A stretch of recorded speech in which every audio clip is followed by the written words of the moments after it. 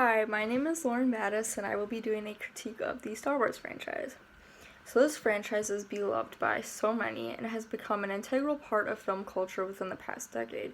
However, upon analyzation, I found that these films have deeper films that lie beyond the surface at first glance. The Jedi Order is an organization within the Star Wars universe that is made up of leaders and peacekeepers. The members of the organization are known as Jedi Knights, and they strive to protect and defend those who cannot do this for themselves. They work to end conflict in a peaceful manner whenever they can. However, if they become involved in an altercation of some sort, they fight using self-defense. The Jedi are seen as heroes. However, when analyzed, they are the exact opposite. My argument is that the Jedi cause more harm than they do good. To begin, the Jedi Order brainwash kids at a very young age. Kids are taken at a young age from their families to begin training within a program with the Jedi Order. They normally don't have an understanding of the danger that they are being put into. The Jedi don't really care about these children. They are more so just training them to become Jedi or child soldiers.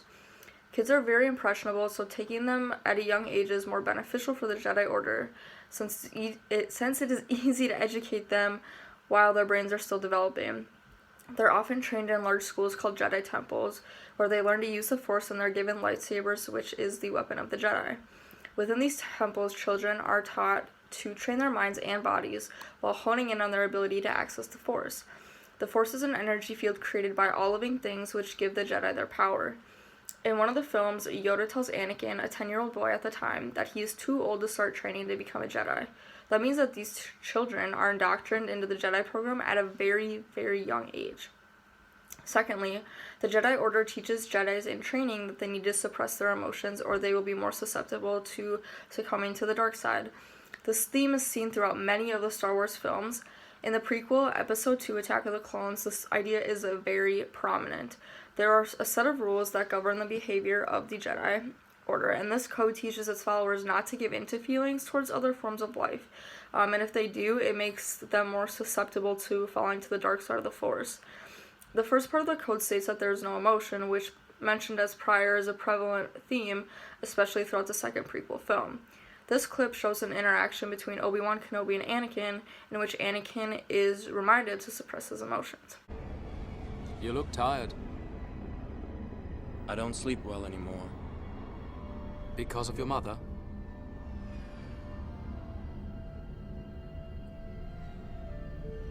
I don't know why I keep dreaming about her. Dreams pass in time. I'd much rather dream about Padme. Just being around her again is intoxicating.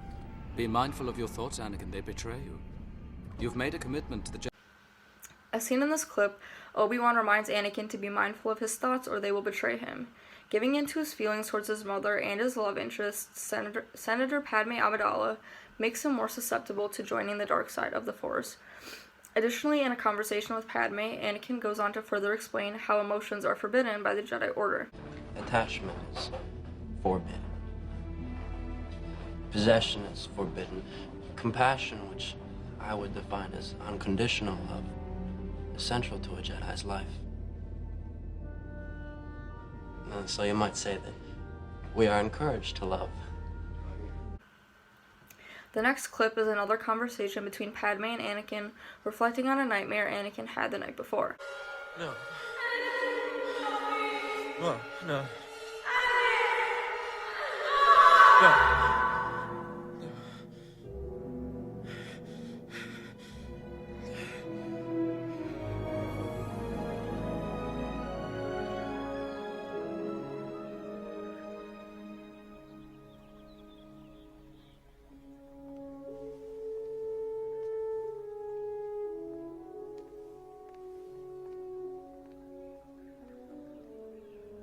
Don't go. I don't want to disturb you. Your presence is soothing. You had another nightmare last night. Jedi don't have nightmares. I heard you. Again, it is seen that Anakin is worried over his mother. In the beginning of the video, Anakin claims that Jedis don't have nightmares, which is clearly an example of the Jedi philosophy in suppressing emotions.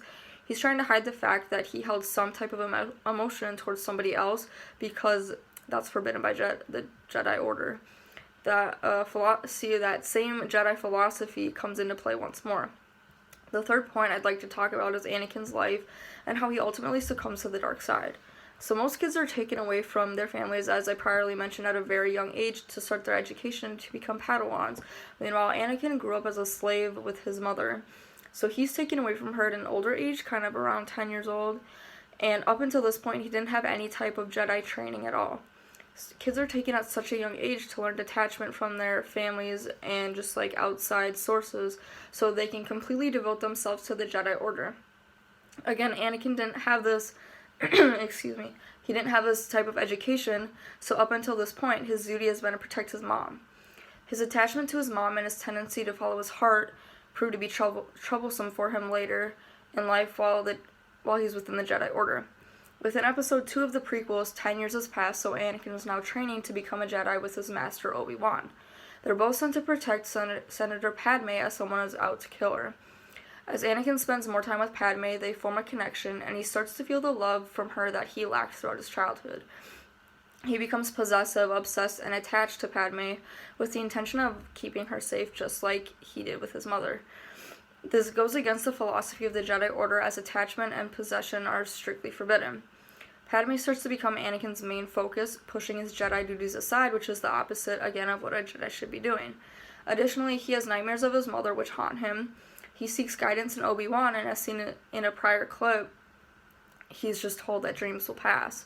Anakin had a rough childhood, like being born into slavery, and with these nightmares, he needs psychological help. He just needs all the help he can get, but instead, he is taught by the Jedi Order to suppress his emotions, which is an extremely toxic coping method, and it's just overall mentally unhealthy. So his mother's eventually killed, which begins at a turning point in Anakin's life as he experiences an immense form of anger. After his mother's death, his obsession and love for Padme grows as he can't and won't afford to lose someone else that he's very close with. His attachment to another person grows stronger, which again is against the Jedi Code. Anakin starts to have visions of Padme dying, and he looks to a higher power for help since the Jedi are just treating him coldly, or so he feels. Emperor Palpatine promises to save Padme if Anakin betrays the Jedi Order and basically comes to the dark side. Anakin follows his heart, and he ultimately succumbs to the dark side, allowing anger, attachment, and obsession to overcome him. In the end, he is unable to save Padme, and he starts his transition to become Darth Vader. What Anakin needed was a different type of Jedi training, since he was taken from his living situation at such an abnormal age compared to other children. He needed a more personalized program, but instead the Jedi tried to force him to repress his emotions, which came off coldly to him. His confliction with saving Padme and his frustration with the Jedi were the factors to push him over the edge, basically to a point beyond return. Lastly, the Jedi feed into the idea of toxic masculinity throughout the franchise. Jedis lack sympathy for others, which can be seen throughout Anakin's countless emotional fights with the Jedi Council. He's claimed to be too emotional, and again, emotional attachment is valued basically above anything else to Jedis. They teach children from a young age to suppress their emotions because it'll make them weak. Being emotional makes you vulnerable, and when you're a Jedi, you absolutely cannot afford to be vulnerable. You must be strong, you can't be weak or fear anything because that will ultimately lead you to the dark side. The Jedi, above all, teach young boys that they have to be tough and push through difficult times while showing absolutely no signs of weakness. Is the path to the dark side. Fear leads to anger. Anger leads to hate. Hate leads to suffering. This idea also comes up in Episode 6, The Last Jedi, when Obi-Wan tells Luke to bury his feelings deep down. Leia's my sister.